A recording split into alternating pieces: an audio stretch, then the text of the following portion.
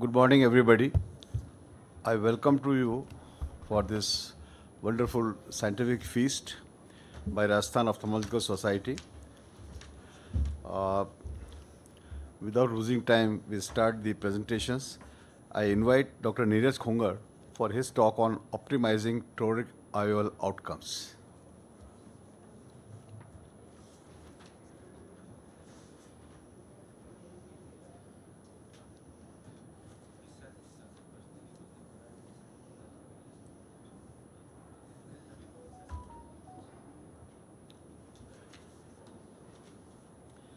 Good morning to all of you.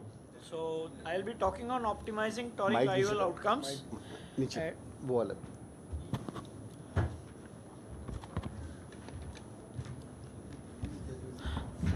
At the outset, I thank AIOS and Rajasthan Ophthalmological Society for giving me this opportunity to talk on this topic. Now I'll be covering my talk under the following headings. We'll be briefly talking about pre-op considerations, patient selection, toric IOL power calculation, which is very important when we are optimizing this particular toric IOL implantation, pre-op and per-op tips, and tackling post-op surprises. Coming to pre-op considerations, we all know that 72% of the population, cataract population that is coming to us have more than 0.5 diopter astigmatism, 53% has more than 0.75 and 38% is more than 1%. So this 53% more than 0.75 diopters, this is the one which we have to hit. So once we hit this, we'll be getting very good visual outcomes. Little bit about anterior and posterior. We know the anterior corneal astigmatism, it is with the rule in the beginning and goes on with the age to against the rule, whereas posterior remains against the rule. So the importance of posterior corneal astigmatism is there, which I will be covering in my later slides. And the effect of ATR and oblique is more on the visual acuity as compared to the with the rule astigmatism. Now coming to patient selection, patients with total corneal astigmatism of 1 diopter or more than 0.75 diopter, especially when we are talking of premium IOLs like multifocal, trifocal, EDOF lenses, synergy and all, only regular astigmatism is corrected with toric IOLs. We have to keep this in mind. Exclude purely irregular and unstable astigmatism cases. Comprehensive ocular examination to rule out any comorbidity which can hamper post-op outcome. Ocular surface outcome workup. So the optimizing the ocular surface is again a very important point which we all have to consider, and it should be a routine part of toric IOL workup. In case of dry eye, treat for 2 weeks. If no improvement after 2 weeks, then avoid toric IOL implantation.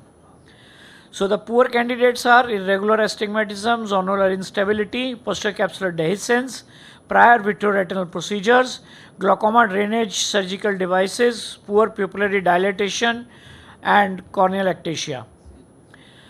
Now, toric IOL power calculation, basically 2 parts. Axial length, we all know either ultrasonic or optical biometry. Nowadays, optical biometers are the best. Keratometry, important to determine the power and axis of toric IOL. So the magnitude and the direction, the axis, both are very important. So there are various methods for different principles like automated keratometry, Placido disc and so on. The tips here is that determine the axis by topography, that is the axial map of the topography, and corneal power by auto K. In cases of mismatch, consider integrated K approach. Now what is integrated K approach is that we take 3 different machines, 3 different readings. If those readings are different, we put that into the Barrett's formula for integrated K and we get the vector meridian. And I'll tell you the results are that if we have this type of a picture, this type of condition when there are different readings in 3 different machines and we use this integrated K approach, we get more than 90% successful results. So the salient points are axis and power of the cornea. I have already discussed. The posterior corneal curvature is very important, and surgically induced astigmatism. So take multiple measurements. I have covered this. And in case of difficult cases like operated LASIK and all these type of cases, the best is aura. So we can use optive refractive analysis, and this is based on aphakic refraction during surgery. I think this is the best thing, especially what happened to Shah Rukh Khan. If this would have been used, this would have been avoided. K value, we know if we just measure the anterior K, it overestimates with the rule and underestimates against the rule. And similarly, thus the toric IOL overcorrects with the rule astigmatism and undercorrects the against the rule astigmatism if only anterior corneal curvature is taken. So this I have already said that the anterior corneal curvature, this acts as a plus lens with the rule to against the rule, and posterior corneal curvature acts like a minus lens. So relying only on anterior corneal astigmatism alone leads to overcorrection in WTR and undercorrection in ATR. So how to measure PCA? So posterior corneal astigmatism can be directly measured if you have good equipments like Schimflug devices, Purkinje images, still scanning devices, and SSOCT based machines. Or we can use prediction formulas, that is the mathematical models like Abulafia-Koch formula or the online calculators or the Barrett toric calculator. So here I'll just like to add that in case you don't have access to the higher end machines for measuring PCA, better use the mathematical models in normal eyes, with non-operated eyes, non-refractive surgery done eyes, and they give very good results, especially with the newer IOL formulas that we have like Barrett and all.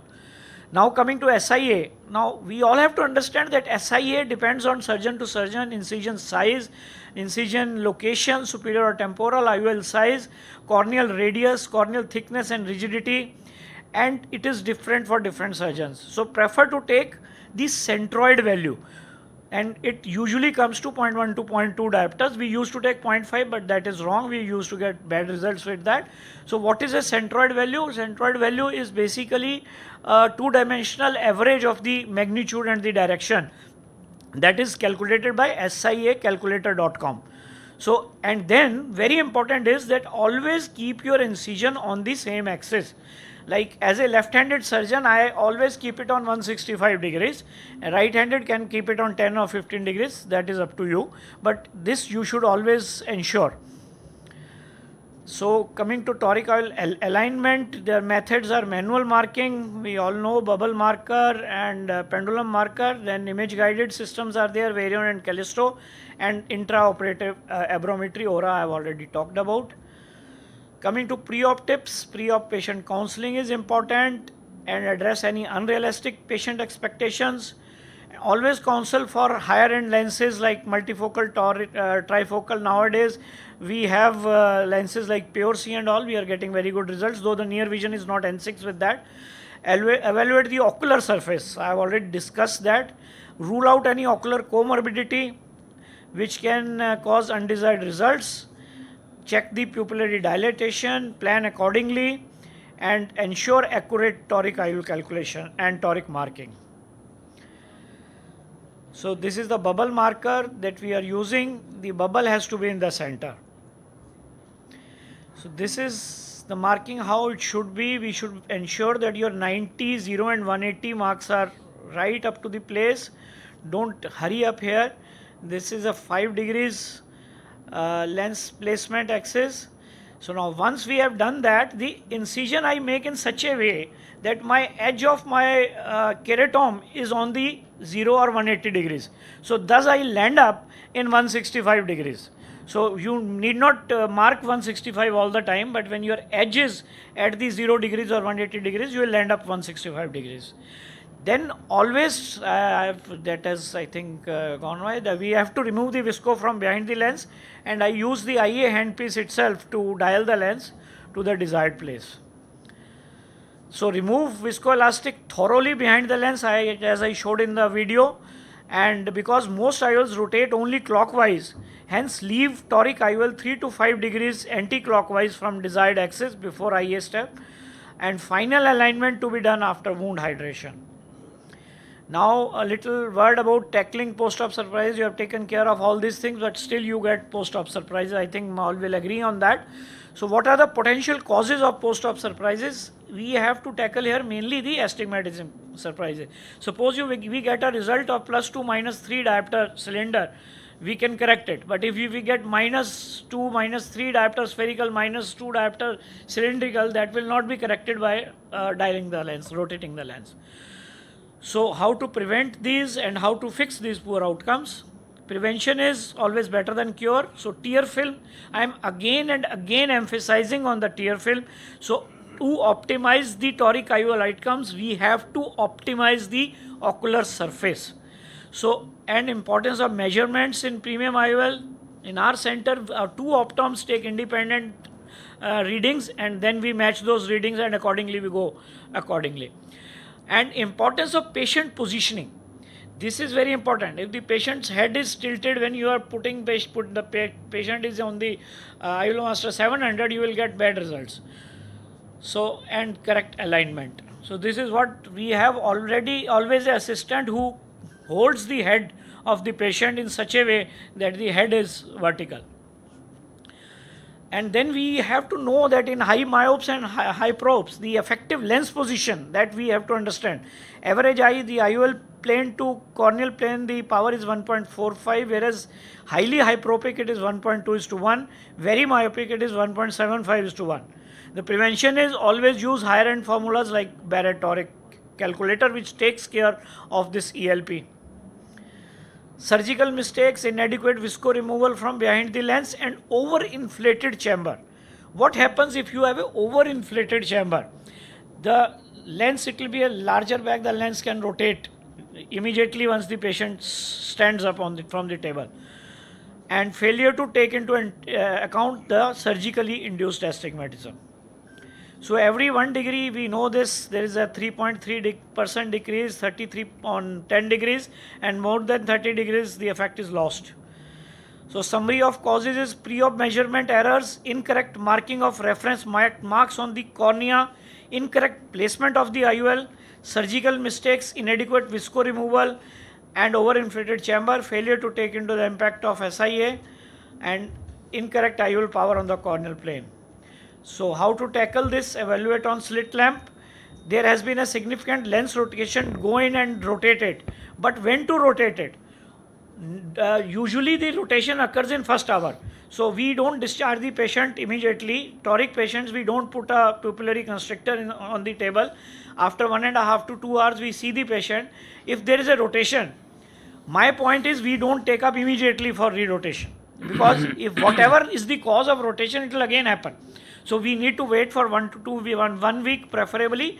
Before 2 weeks, still some fibrosis has occurred, so that when you rotate, it will not rotate again. And how to calculate the axis? We have ASCRS online tools, and or we can go to astigmatismfix.com. These are the tables where you can put. Surgical intervention I have already talked about.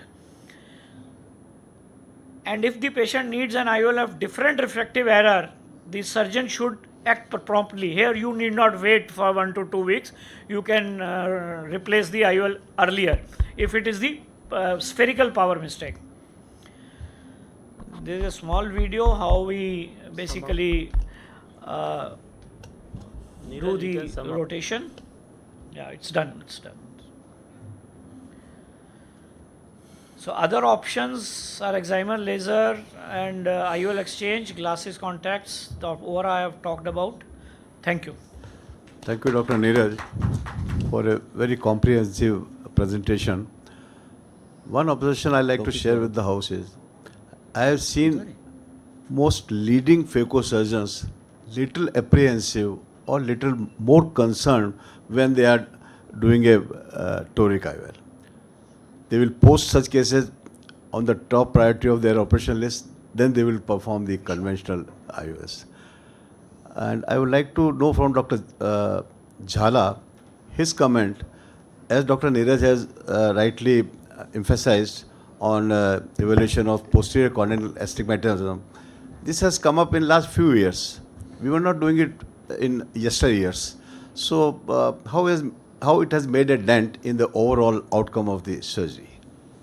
So we have now ARGOS system and video on calculator for this, and what I want to emphasize, I don't have much experience on the posterior astigmatism, but one thing I want to emphasize is that we are concentrating on 1 diopter and above, but there are certain patients who are there between 0.75, 0.7 to 0.9 degree of astigmatism.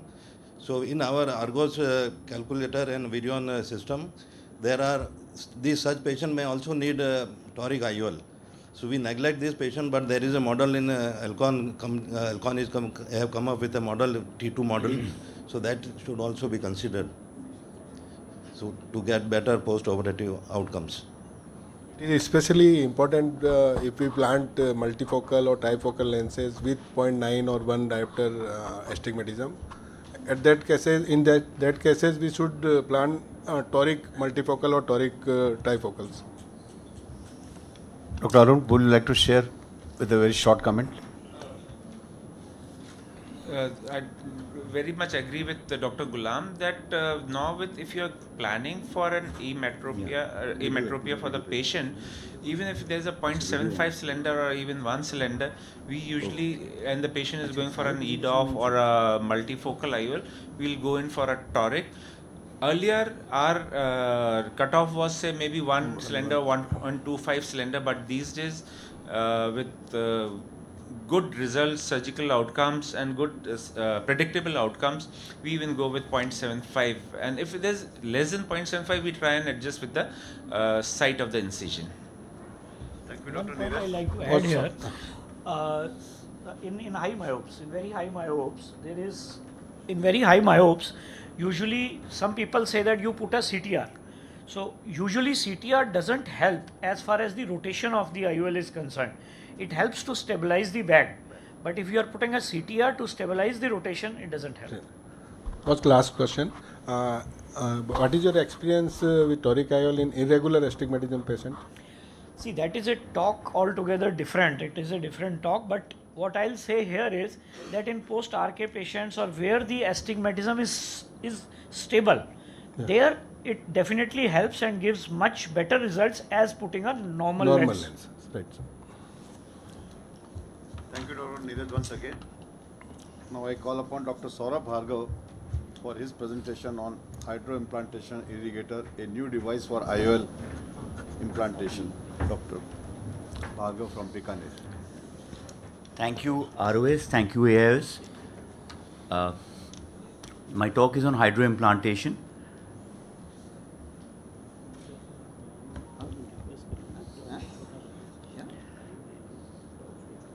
Now, this is an IOL implanted upside down.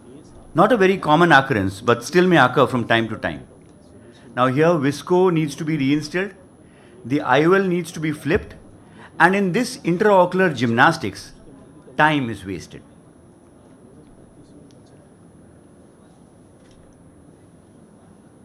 And in this situation, it's rather embarrassing when the IOL sarcastically says, "Namaste, doctor, for implanting me upside down." Here I would like to showcase the Bhargav Hydroimplantation Irrigator, EB40. Now, this is a full titanium instrument.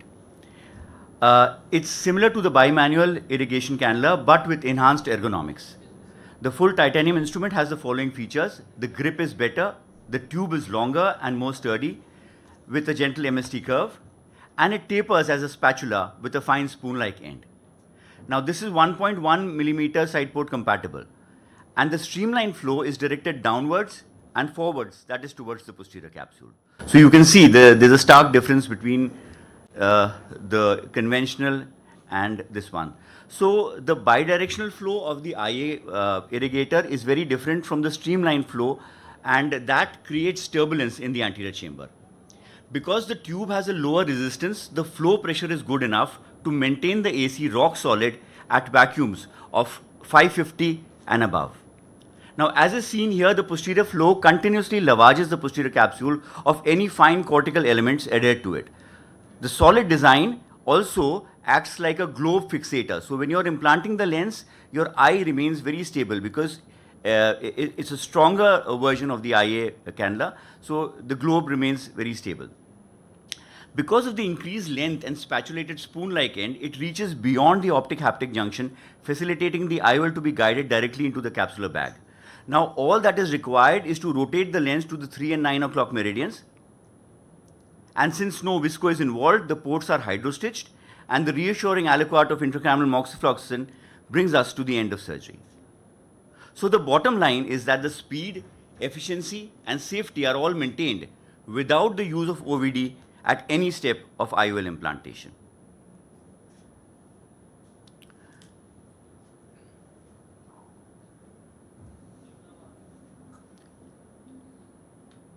Now I'm going to discuss a few tough and tricky situations. I'm going to highlight the irrigator's role in such situations.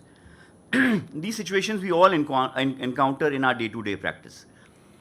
First of all, small nuclear fragments which pop up after phacoemulsification, especially in small pupil cases. And since this is it has a more spatulated and a sharper edge, so it crushes these nuclear fragments very effectively. It can also be done by the conventional thing, but this is definitely more efficient. Now, these are two clips which show IOLs misbehaving. The leading haptic is everted and the IOL flip seems to be inevitable. But here again, the hydroimplantation irrigator with its non-turbulent flow and extended reach makes the job pretty easy. The haptics regain their correct orientation and the IOL sits in the capsular bag comfortably. Now, this is a case of IFS secondary to tamsulosin use. In these cases, because of the small pupil, OVD removal behind the IOL is difficult. Here again, hydroimplantation is the better option, and there is no risk of retained OVD, which may cause increased IOP in the post-operative period. It's also of great value in toric IOL implantations, as there are no refractive surprises because of retained OVD behind the IOL. Moreover, the important thing is that the rotation of the IOL to the axis marks is a quick and a one-time effort, rather than the conventional way of leaving it short by 20 degrees and then fine-tuning it after visco removal. As Dr. Khungar talked about it, visco is the culprit for rotation of IOLs in most cases. Breaking the IOL handshake. In certain IOL brands, due to material adhesiveness, the IOL haptics may stick to each other, just like a handshake. Now, as compared to visco implantation, because of the streamlined flow, as you can see here, the problem is quickly resolved. It gets resolved even otherwise, but here you can just make it flow at the junction where it's adhered. Now, in this case, despite the irrigator in its perfect position, an IOL flip could not be prevented. Here again, not to worry. The tumble procedure can be done without visco installation by this steady bimanual procedure. So you don't need to install visco. Here is a case of nystagmus. We all know that cooperation of the patient during surgery is a luxury in the era of topical phaco. However, hydroimplantation can be performed even in cases of nystagmus because of the globe fixating function of the irrigator. As we just talked, Dr. Nepali also mentioned, for implantation of premium IOLs as a surgeon, we may be more anxious. But here again, I prefer the hydroimplantation, which gives me faster surgery with no refractive surprise, especially on post-operative day 1. We know these patients are pretty anxious, and on day 1, they want to get a 6x6 or even better. So here, because there's no visco, and definitely you get more pristine corneas with this kind of thing. To summarize, in my experience of over 1,000 hydroimplantation, there are a few hacks that make us the transition easier from visco implantation. 1, the irrigator should be long enough to support or rather bless the IOL from limbus to limbus. This protects the cornea from an IOL touch and ensures smooth in the bag unfolding. My second tip is that I do the hydro procedure, hydroport, hydration of the hydroports, of the side ports prior to implantation. Now you see, once this is done, that process of stromal hydration starts, and you have a less leaky chamber after the end, after you've implanted the IOL. So hydroports can be, hydrostitching can be done prior to IOL implantation. Dr. Bhargav, please try to sum up. Yeah, and my last tip is raise the IOP bar. Suppose you have a case where you feel that the IOP is a little shallower and hydroimplantation might be dicey. You can raise the IOP to 65 millimeters, raise the bottle height, and this will, help you out because it'll give you a deeper chamber. Thank you so much for your kind attention. Thank you, dear. My only apprehension is it going to put any extra stress on the posterior capsule during the surgical maneuver?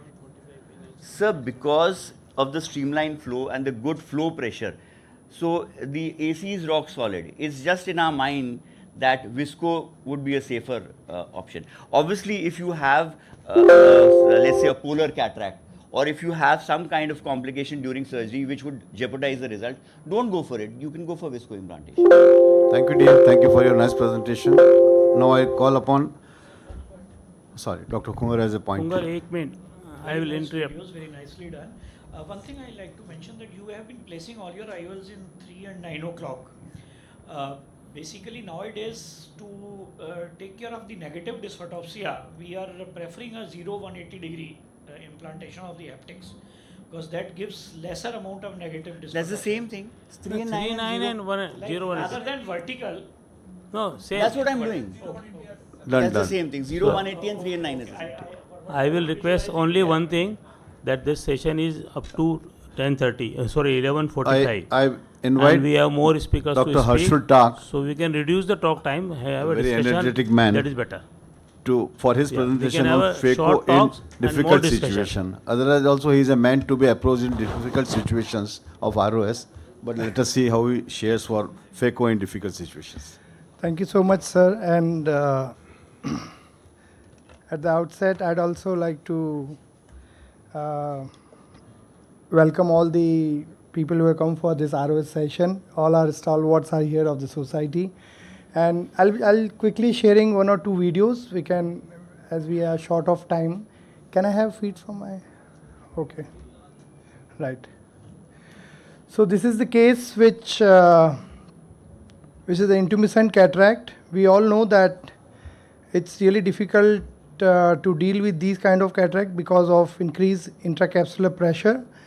So there are always the chances of Argentinian flag in these kind of bulky and intumescent cataract.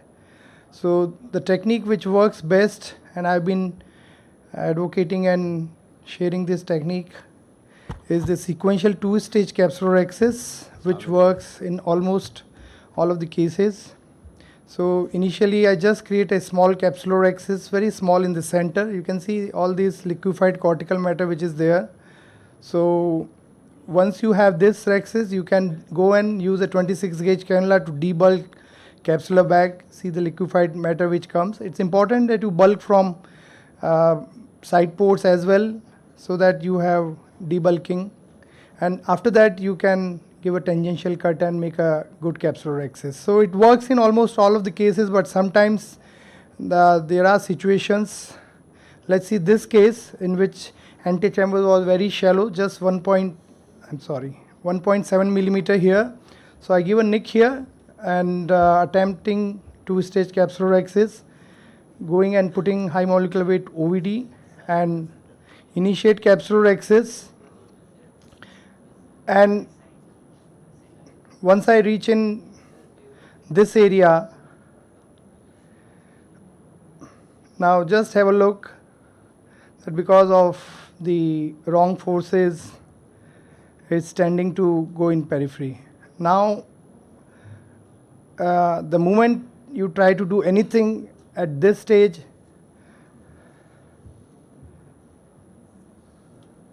so even if I try to go and try to debulk at this stage, no, it's going to go in periphery.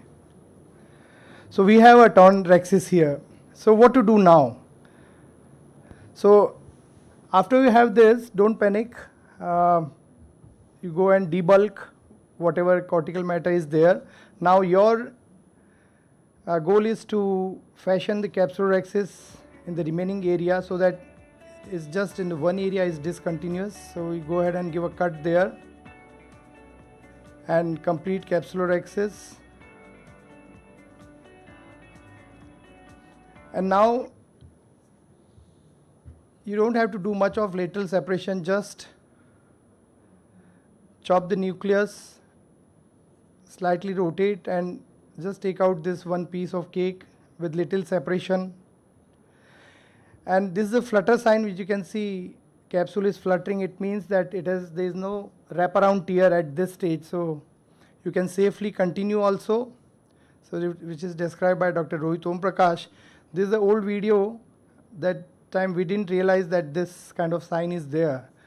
So you can see it's fluttering nicely. So idea is to maintain closed chamber, and so I always believe that you should not try to take it out and do anti-chamber phaco, because while taking out also this bulky nucleus you can cause a wraparound tear.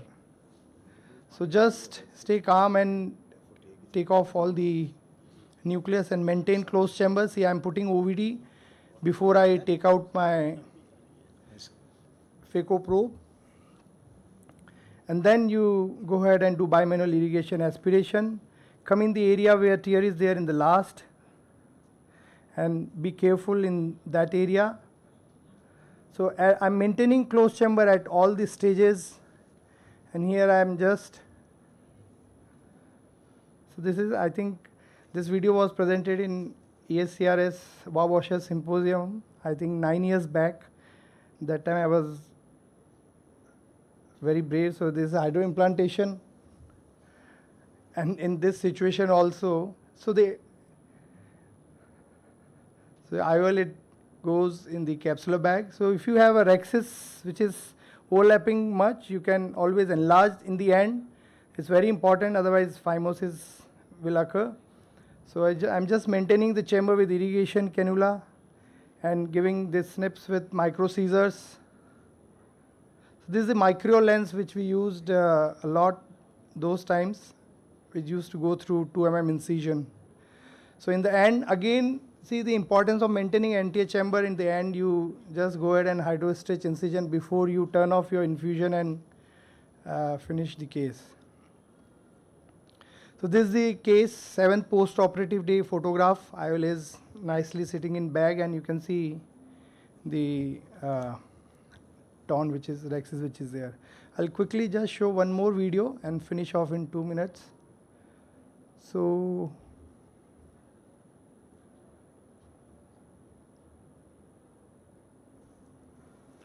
Before you show this, Yes, sir. let me put one observation. Isn't it sometimes tricky to first make a baby CCC, debulk the lens, and then enlarge the CCC? So, but what I have for years I have seen is it works in almost 98% of the cases, sir. Of course, it can't be 100% foolproof. Even femto also can't give you foolproof rhexis in intumescent. We have cases reported where even in femto, during femtorexis also, because it makes in a like circular fashion femto does. So there are chances that rhexis get extend, or there are plaques in between in femtorexis. So when you try to take off that capsule, there is extension of rhexis. So things can happen, but I've seen that for years it works. This works best because you cannot debulk the capsular bag with just stabbing with 26 gauge needle and just try to suck. So you can only suck it from little area, but you see the fluid is all around in capsular bag. So the more you try to debulk, I have hundreds of cases which I can show, sir, to prove it. Yes, but it works. Thank you. Okay, fine. Thank you so much, sir. Thank you, Dr. Harshul, Sir. for giving us a wonderful talk. Now I invite upon Dr. Samresh Srivastav, dead back syndrome, managing spontaneous dislocation of IOLs. Very good morning, and thank Rajasthan Ophthalmological Society for inviting me for this talk. Just one second. Sure, I'll walk through the important steps, sir. I understand, sir. Absolutely. So I spent 30 seconds to invite all Rajasthan doctors to APS CRS. We are conducting an international meeting in August in Ahmedabad, and Rajasthan needs a solid representation because otherwise my neck is on the line. So please, everybody, I welcome you all, and we'll have a nice gathering of good doctors there. Late decentration or dislocation is a very new thing that's coming up in our clinics now. And essentially what it means is you had a brilliant surgery a few years ago, many years ago, maybe 2 decades ago, but suddenly the entire lens dislocates with the posterior capsule rupture in an eye which had a lens in the bag, or the entire capsular bag IOL complex dislocates without any injury, without any trauma. So it's not new, it's been explained before by Dr. Samuel Maskett, who explained a classical dead bag syndrome, or essentially what it means is the bag has died and it has split open. And for those of you who have not seen, be ready for it because it's going to come up as a pandemic soon, because so many surgeries that have happened, something is going on which we really don't know. And this is typically what it looks like. This patient until 2 years back, 1 year back, had a CCC with a lens in the bag, but now the lens is dropped. And more versions of the same. This is one way. The other thing that is happening is a dislocation of an entire capsular bag with the zonules, and the lens goes posteriorly, which is something like this. Typically in hydrophilic lenses because of extreme phimosis causing zonular pull. And you'll see it going down, or you'll see it doing a capture like this. And this is another manifestation, but classical dead bag means a split of the capsule. We studied this in our clinic to understand what's happening. And we saw that the capsular bag dislocates in about 42%, but majority people were the split of the capsule, or a classical dead bag syndrome. And this is how sometimes the entire IOL is lying in the vitreous cavity. This is showing PCR with a stable IOL in patients with both the eyes, right eye and left eye of the same patient 20 years after the surgery. And this is another patient where you can see one lens is gone, the other 3-piece lens is stable, but both the bags have died. So it comes as a spectrum of manifestations. There's a very strong gender bias and male preponderance, and typically around 20 years of surgeries when it happens. In 75%, patients were lying in that category. There was a high preponderance towards myopes going into this. I'm just going to move out of this because this is what's relevant is it was to understand these patients have good retina and good eyes, so they demand good vision. So you need to refixate these lenses.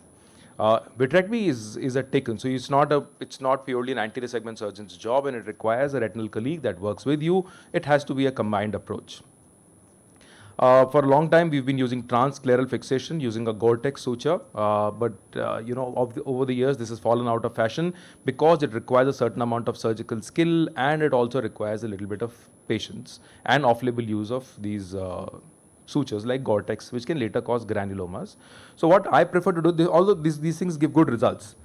We published this many years ago, how our long-term outcomes was with scleral fixation using a Gore-Tex suture, and it was very, very stable and good. But it was not easy. So we shifted to transscleral fixation, intrascleral fixation, using the Yamane technique, which works very well in our hands. So this is just to show you one case example. This is a patient where the lens is lying in the posterior compartment. So it's important that before you start the surgery, you mark your points, because once the globe gets squishy, your marking becomes a little awkward. I'm using the Verion image guided system to do a 0-180 marking. And after I've done that, only then and then I will go ahead and start with the surgery. First thing involves removing the capsular bag, and I'm using a bimanual DMEC forceps to pull this bag out. And you can see the dense Sommerings ring on both the sides. And it's very classical to have Sommerings on both the sides. So once you pull out this bag, then and then you can do a vitrectomy, suture the incision, and go ahead and do a pars plana vitrectomy. Always try to use good visualizations, microscope nonetheless, but triamcinolone, as we all know it, and as the retina colleagues have always been telling us. It's important to clear the lens of any vitreous and not pull it out, because later complications like detachments, breaks can happen. And once you have that in place, IOL can be removed by one of many ways, but please protect the corneal endothelium using dispersive viscoelastic, as I'm injecting over here, followed by removal of the IOL. I'm using an IOL cutting scissors, but you can use any of these techniques. Dr. Dholaki has a lovely cutter that's available. So I'm just moving out of this to show you that intrascleral fixation using these techniques is relatively easy. You need to have a right choice of lens. I'm using a matrix lens because the haptics are very pliable, they don't break. So maneuvering doesn't cause memory loss in these haptics. And I use special needles called TSK needles, where if you look over here, I'm externalizing one haptic from this side. And once I heat melt the tip of this haptic, only then I will externalize the other haptic. And you can see over here, So once my retina colleague has cleared up the rest of it, it's just fairly easy. It takes about 7-10 minutes to finish off fixation. And that's a very nice, I'm doing a thermal cautery, but you can do an electrical cautery. Same way you can externalize the other side, but make sure your retina colleague looks, they'll do a thorough vitrectomy, look at the periphery, because ever so often we found small holes in breaks. That's better lasered off. And, this is just Dr. Swati at our hospital doing a vitrectomy. If you have comorbidities, it's best to treat them. So there's a peeling being done, but that's irrelevant for the talk. But essentially, you have great outcomes, surprisingly as good as primary cataract surgery after this. And I'll just conclude in one slide now before to show you the importance of what is happening. Because for us as clinicians, it's really important to know what is actually happening in the eye. So this is what is happening. Your capsule is fibrosed all around, and this is what we hypothesize, is that the capsule dies, the lens epithelial cells die. So it's no more a live tissue. And over the next few years, because when we say you're not developing a PCO, it's great for the surgeon, but maybe bad for the patient, because the PCO is probably a protective mechanism and the lenses are still alive and breathing. But what we found in our labs, in the staining sections, is dead delaminated tissue, pseudo capsules, and so on and so forth. So basically, and we also did a whole genomic exome sequencing. We have an in-house genetics lab where we did a genetic staining, and we found a very strong correlation between genetic predisposition towards dead bag syndrome. But it's a small group right now, so more needs to be done to understand. So we hypothesize that it's a programmed cell death or apoptosis.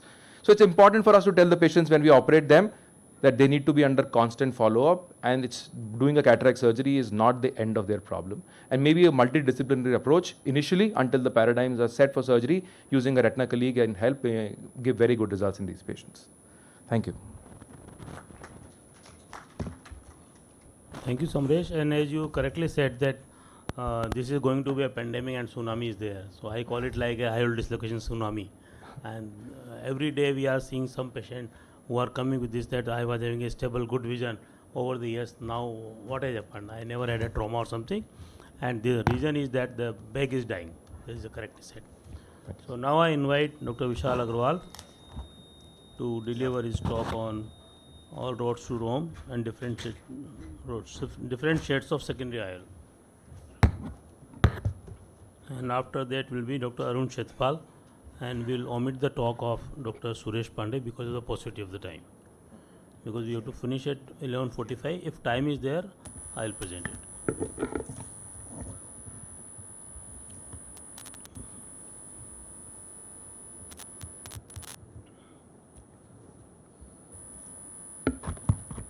Meanwhile, Arun, you can get ready on the other side. It's done. Thank you, AIOS, for having me here, and I'll be, just showcasing the different techniques of doing a secondary IOL. So just a brief, the best place for an IOL, and it is accepted, is the capsular bag.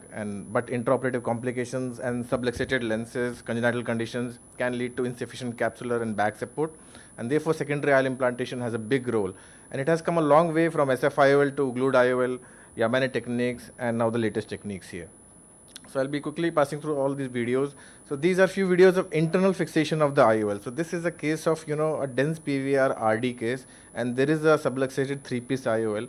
So we thought we'll not explant the lens and, internally fixate it. So glued IOL we were doing, around 10 years back, and it's a very elegant and a very stable technique.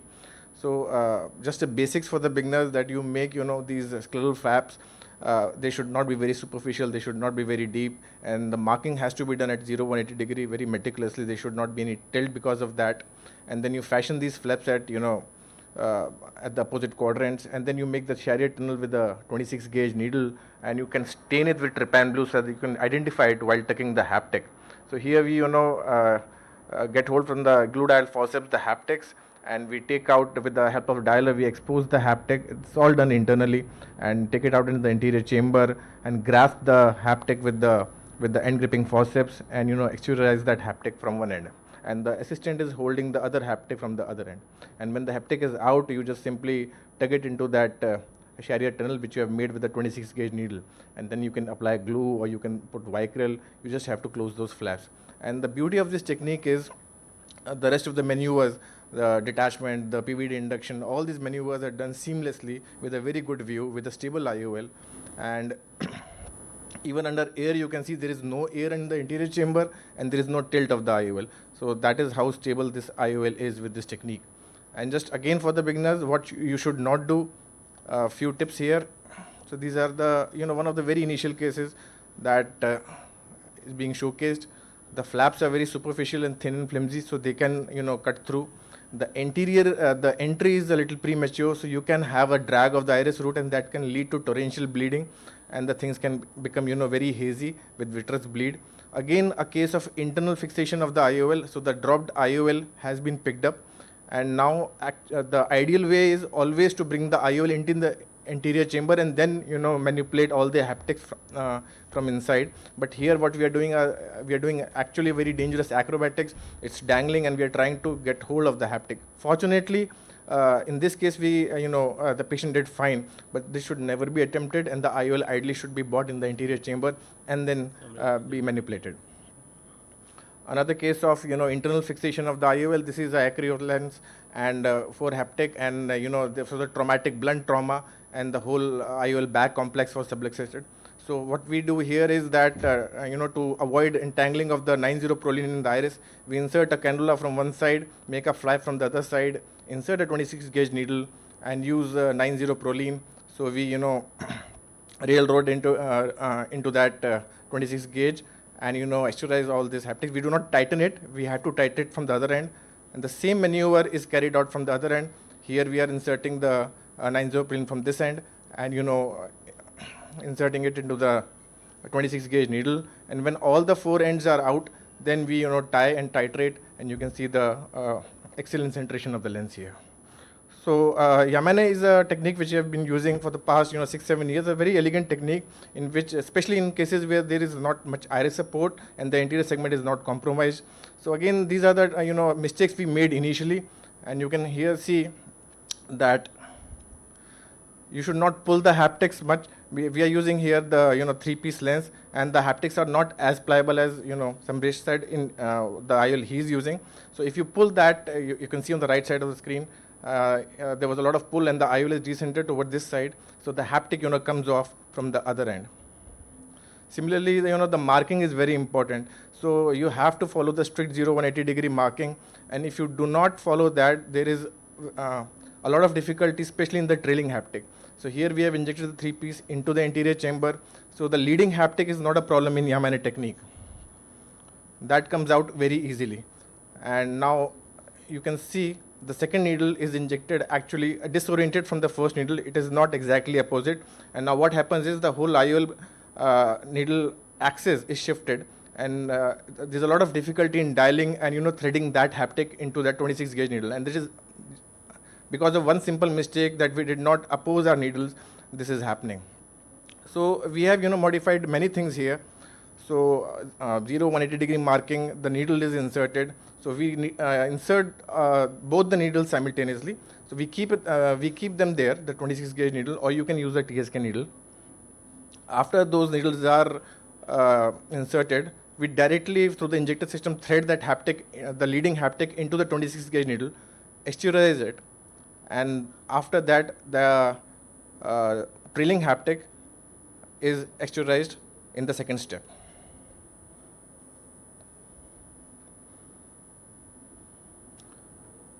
And finally we make a flange. This we are using a heated 24 gauge needle, or you can use a electric cautery also. And the second modification we made after a few months was that again the leading haptic is directly threaded into the 26 gauge needle, and then the flange at that time is made, and that is so stable that you don't need an assistant to hold it. You can just leave it, tug it inside into the subconjunctival space. It will not move if the flange is of sufficient width, and then you can easily, without tension, maneuver the other side, and you can see the other side is stable, and it will not go inside the vitreous cavity. Again, a 24 gauge needle is used here. And we have a publication in how to create the flange, so we can make it via heated needle, or now we are using a continuous mode endo laser, which is available in ROTs. In the continuous mode, it makes into a beautiful flange. So my go-to technique nowadays is a retropupillary iris claw lens, because it's a 5-minute procedure. So this is a lensectomy, vitrectomy, and a secondary IOL procedure of a Marfan syndrome. So you do the lensectomy, clear the vitreous, and make a scleral tunnel, And these are very cheap lenses and available in various powers. Just go inside and tug it with a Sinskey hook or a visco cannula. It's very stable. So if you have a good iris support, you don't need eye managed technique. It's a very elegant technique and very less chances of complications and a very reproducible technique.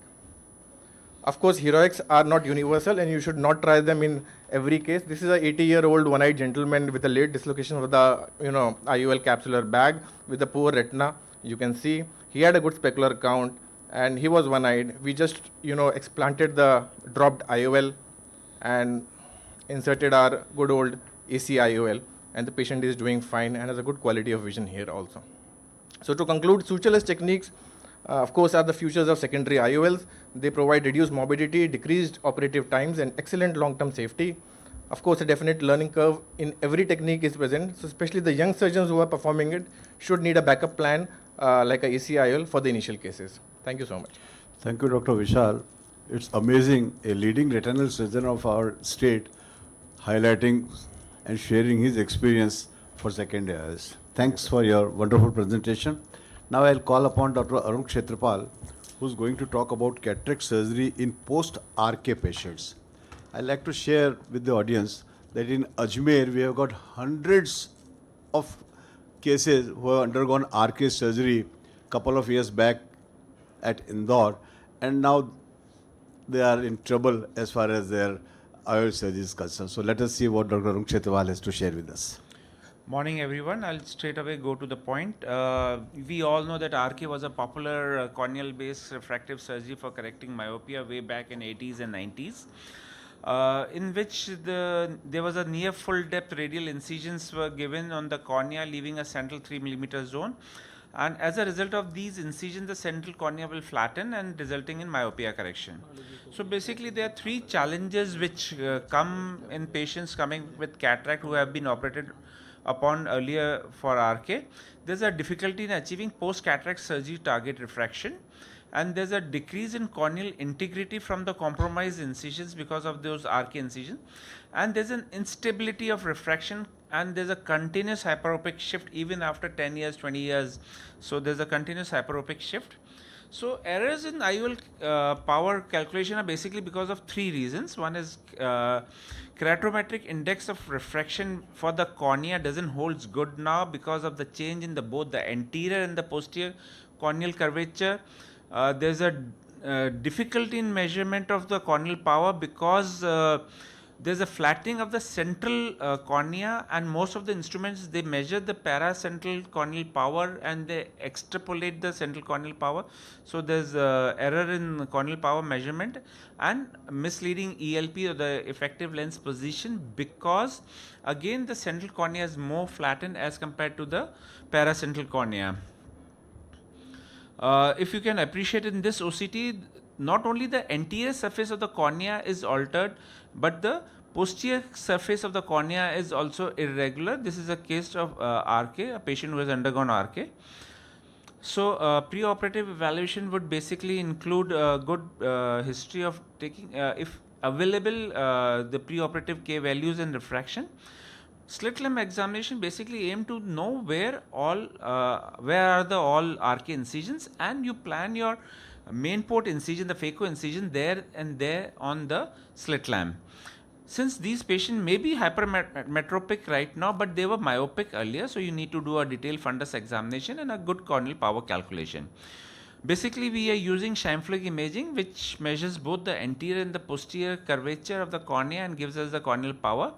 However, you can use an OCT based tomographer which measures both the anterior and posterior corneal power, such as Anteron or MS39, but they are pretty expensive. We usually aim for minus 0.5 to 1.5 diopters of myopia after the surgeries to compensate for future hyperopic shift and to address the issue of overestimation of corneal power. The IOL power calculation formula for our choice is Barrett-Trouquet, because it takes into consideration both the anterior and the posterior curvature, and usually the history is not available, so either we go with Barrett-Trouquet, no history formula, and if we feel that there is an astigmatism on the cornea and we can deal with it, so we may use Barrett-Trouquet toric formula. So this is available online, and you need to fill in all the values. And here, just for you, that you need to click on to the radial keratotomy here, and then feed in all the values, and it will give you the IOL power. And if you have chosen a toric calculator, it will give you the position of the toric IOL as well.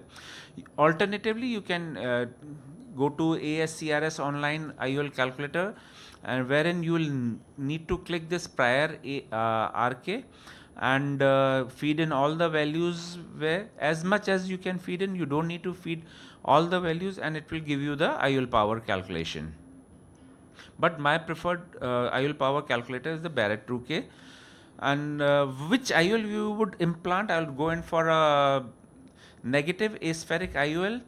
Monofocal negative aspheric is my choice, because the cornea is oblate now, and you need to compensate for this plus Q value. If the astigmatism on the cornea is regular, you can go in for a toric IOL, but rarely I go in for a multifocal IOL in these cases. I'll skip this, and I'll directly come to the intraoperative considerations. Since there are chances of dehiscence of the previous RK incisions intraoperatively, you must be very careful and place your main port incision in between the two RK incisions, and you can either place them slightly posteriorly or even go in for a scleral tunnel. Intraocular pressure is kept low throughout the surgery, and we do not overfill the with viscoelastic, because these RK incisions may give way, and if they give way, we may even suture them. So here is a surgery. So there's only 4 RK incisions.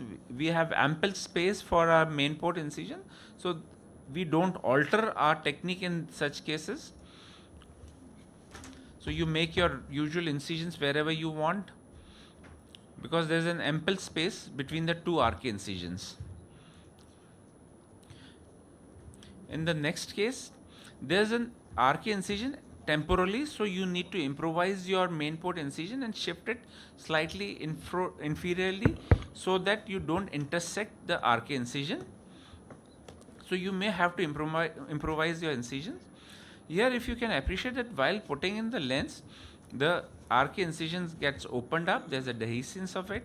So after implanting the IOL, I'll try and see if I can manage this by just stromal hydration, and I was successful in this case. After proper stromal hydration, the wound got sealed up and there was no leakage. Sometimes the reverse can happen.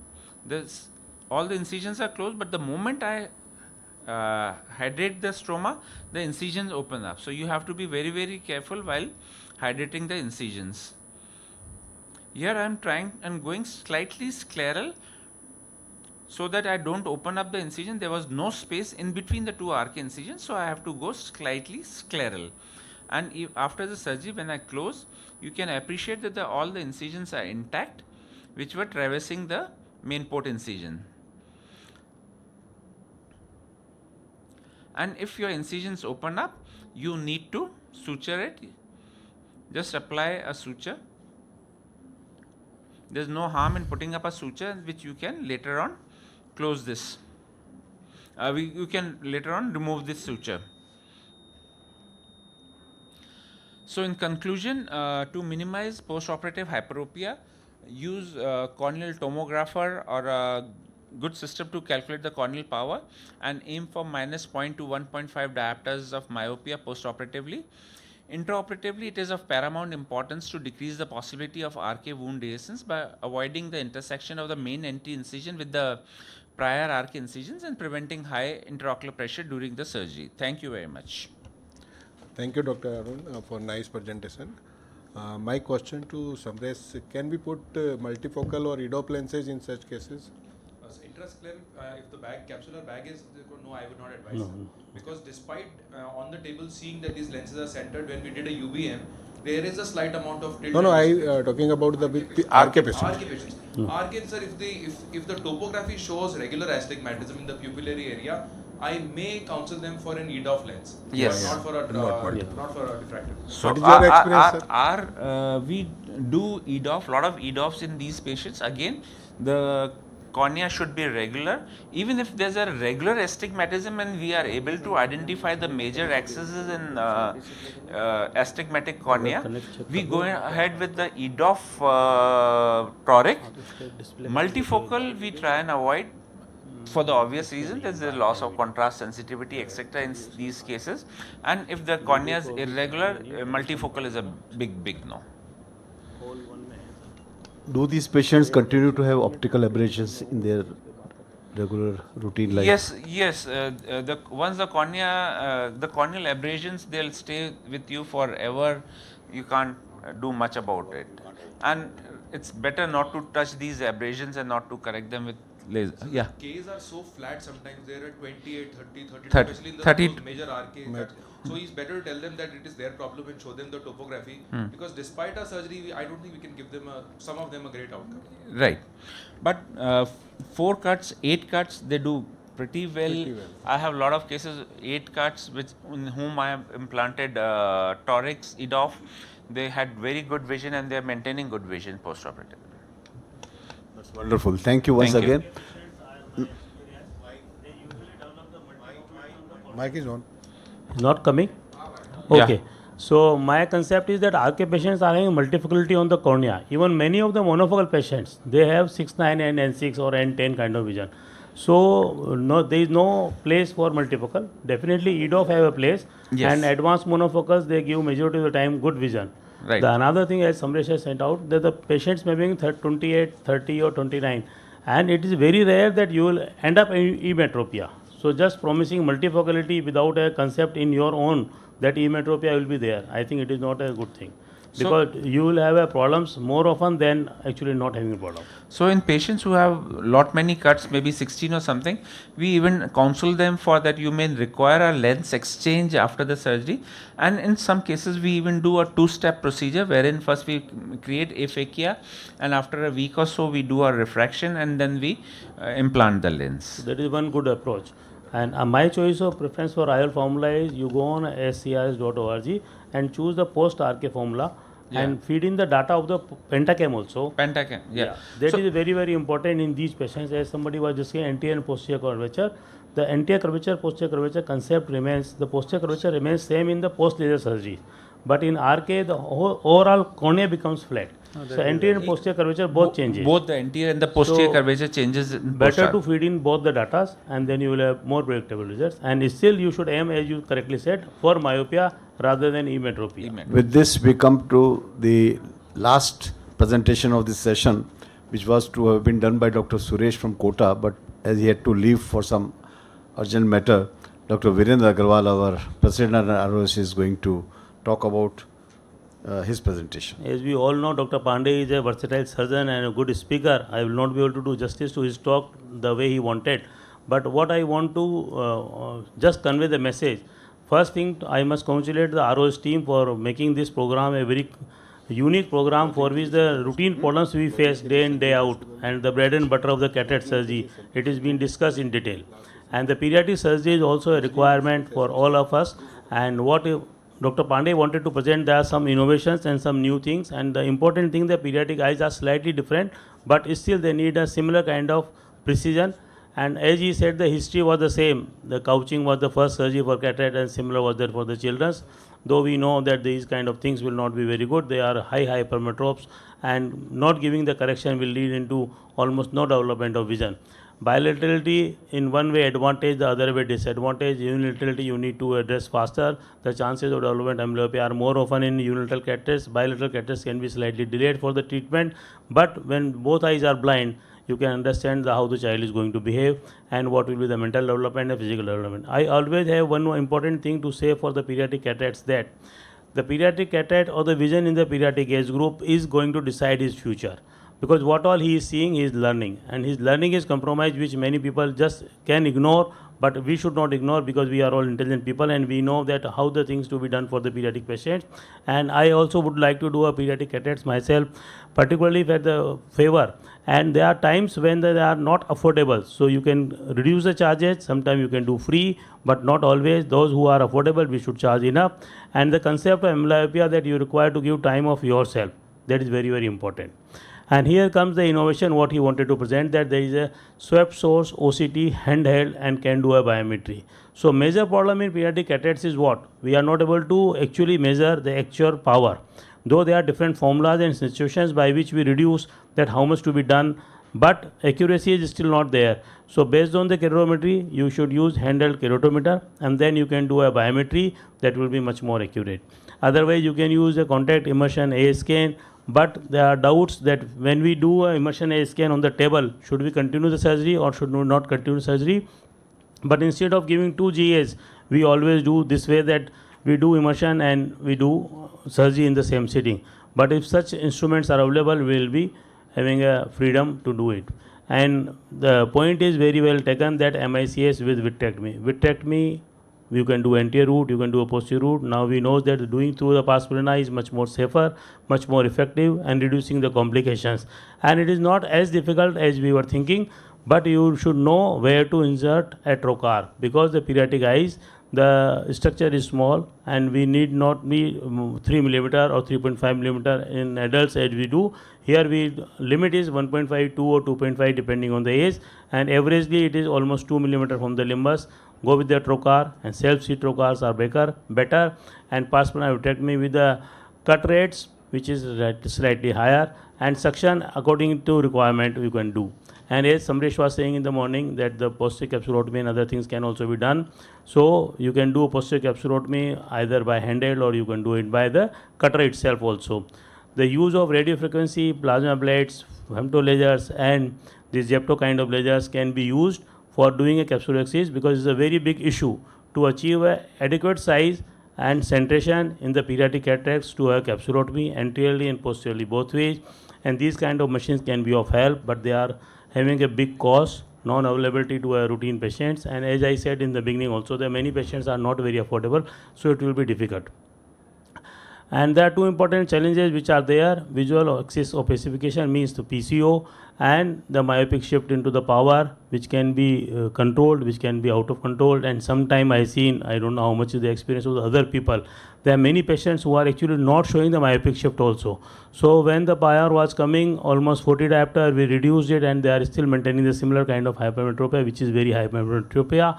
And we are just waiting for them to have either exchange at a later age or implanting a piggyback lens. But both are going to have much more complications. They are not like adult surgeries in which there can be a more problem.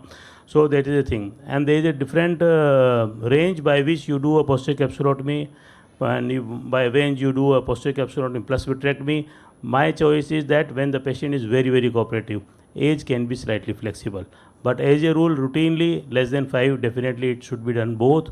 And 5 to 8, there are people who can do anterior vitrectomy, they can avoid vitrectomy. After age, in majority of the patients, now we can avoid.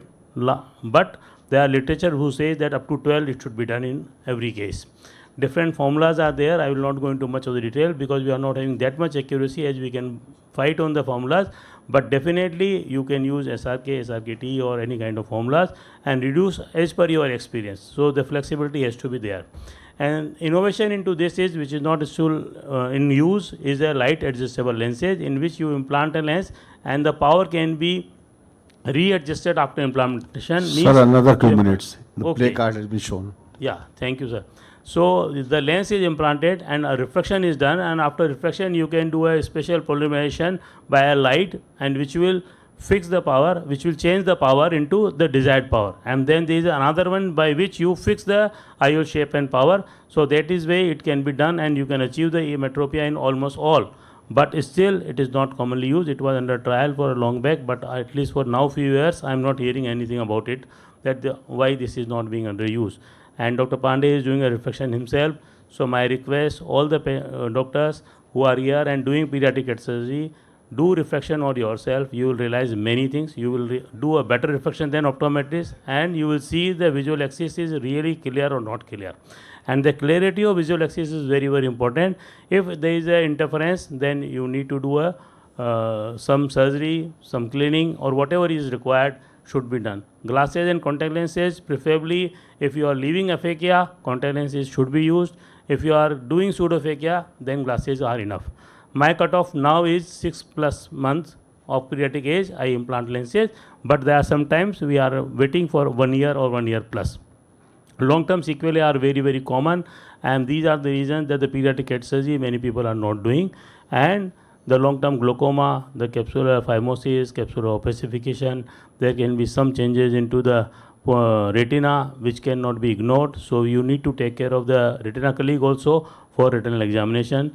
And they are all are not primary cataracts, means they are not having without diseases. So they are comorbidities which also need to be tackled. And their postoperative management in the medical treatment also is slightly different than adults.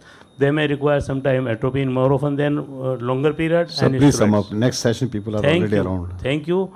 And I must invite you for the ROS conference to be held on 3rd, 4th, and 5th October October in 3, Ajmer. 4, 5, Ajmer, and next AIOC in Jaipur, that is in 2026. Ladies and gentlemen, we all with should this- we all should put efforts that the maximum delegates should be there in both the conferences. With this, we come to Date the will end be of this declared by wonderful the scientific AIOC session. in GPM. I compliment and congratulate all the speakers. All speakers, please come on the dais for a group photograph. Dr. Barwa, Dr. Sinha, please come forward on the platform for the group photograph.